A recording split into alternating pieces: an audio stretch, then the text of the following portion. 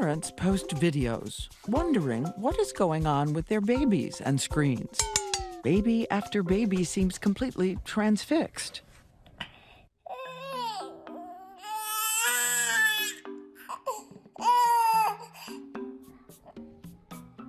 You might even ask, would kids rather be looking at the screen than looking at their parents or their caregivers?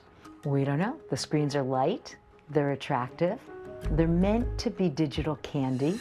Kathy Hirsch-Pasek is director of Temple University's Infant Language Lab.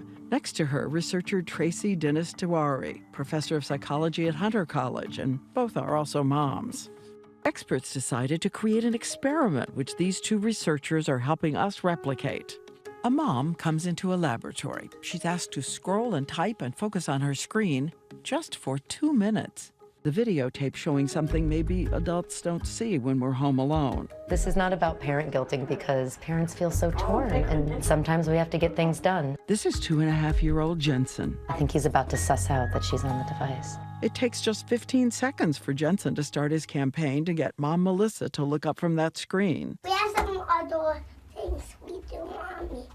We have some other things to do, Mommy. And he just walks away. Yeah. She has been asked by researchers to do something very difficult for her. Keep looking down. And remember, just 2 minutes. Come on, Mommy. He repeats the plea 7 times. We have another thing to do, Mommy. Mommy! You gonna listen to me, Mommy. Listen to me, Mommy. So let's not deceive ourselves into believing that children don't notice. They see it as an intruder, as an interloper. I think they see the way that it takes their parent away from them. When it was over, Jesse, come here. Give a hug. Jensen's mom said it was a revelation. I was actually really surprised at his reaction.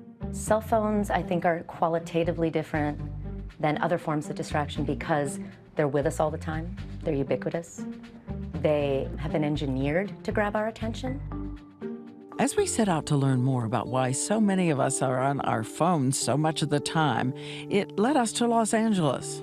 Hi, how are you? Behind a garage door, an artificial intelligence company called Boundless Mind. Matt Mayberry, a behavioral designer, Dalton Combs, a neurobiologist. Dalton Combs says even though we toss around that word addiction, he thinks of it as mostly a series of compulsive habits. At a biological level, it's 1,000 times easier to make a habit than to break a habit. He thinks of it as a kind of arms race for our habits and our attention. The way I think about this is there are only a few things on Earth that are finite. Attention is finite, and it's basically the only finite thing left. And so the war over human attention is just going to continue to intensify. He knows this because his company creates this kind of technology too.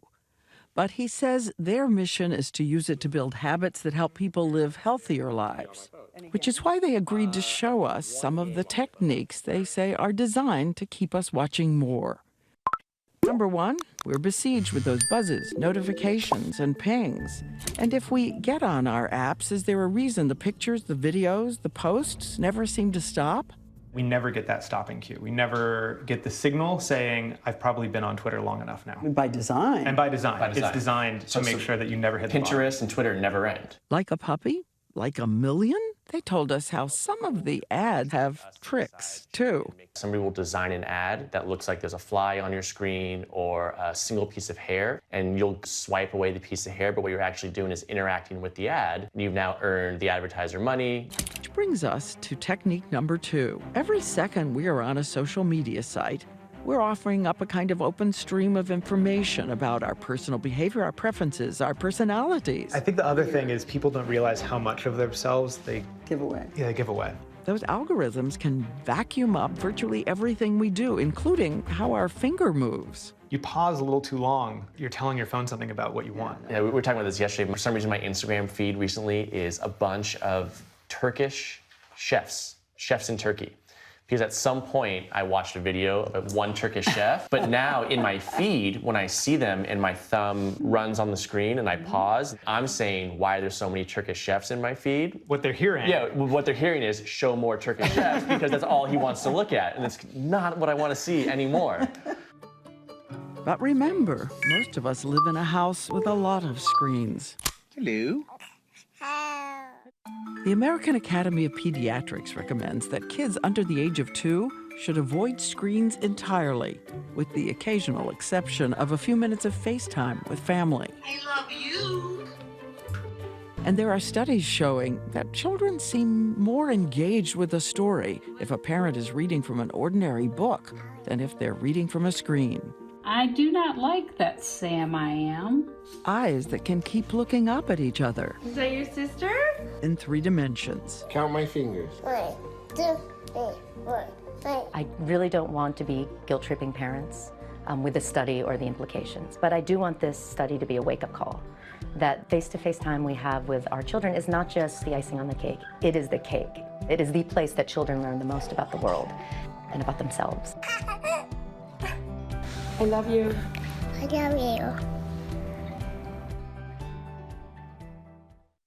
You can watch Screen Time, Diane Sawyer reporting, tomorrow night at 8, 7 Central, right here on ABC. And discover what information you're giving away every time you use your apps and social media. Hi, everyone. George Stephanopoulos here. Thanks for checking out the ABC News YouTube channel. If you'd like to get more videos, show highlights, and watch live event coverage, click on the right over here to subscribe to our channel. And don't forget to download the ABC News app for breaking news alerts. Thanks for watching.